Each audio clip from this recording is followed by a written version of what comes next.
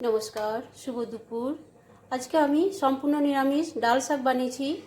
চলুন এই রেসিপিটি আপনাদের কাছে শেয়ার করে নিই। যদি ভালো লাগে ছোট্ট একটি লাইক ও কমেন্ট করবেন। আজকের মতো নমস্কার। ডাল শাক বানানোর জন্য পালক আর লাল শাক মিলিয়ে 250 গ্রাম শাক নিয়েছি। মুগ, মসুর, অড়হর ডাল মিলিয়ে 100 গ্রাম ডাল নিয়েছি। জলে ধুয়ে এখন কুকারে সেদ্ধ করব। ডাল আমার সেদ্ধ হয়ে গেছে। দুটো শাক আমি ডালের মধ্যে দিয়ে দিলাম। এবার একটু ভাপ দিয়ে নেব। কড়াই আমি 4 চামচ তেল দিয়ে দিচ্ছি। অল্প একটু কালো জিরে দিয়ে দিলাম তেলে। হাফ টমেটো, দুটো কাঁচা লঙ্কা, হাফ চা চামচের হলুদ গুঁড়ো দিয়ে দিলাম।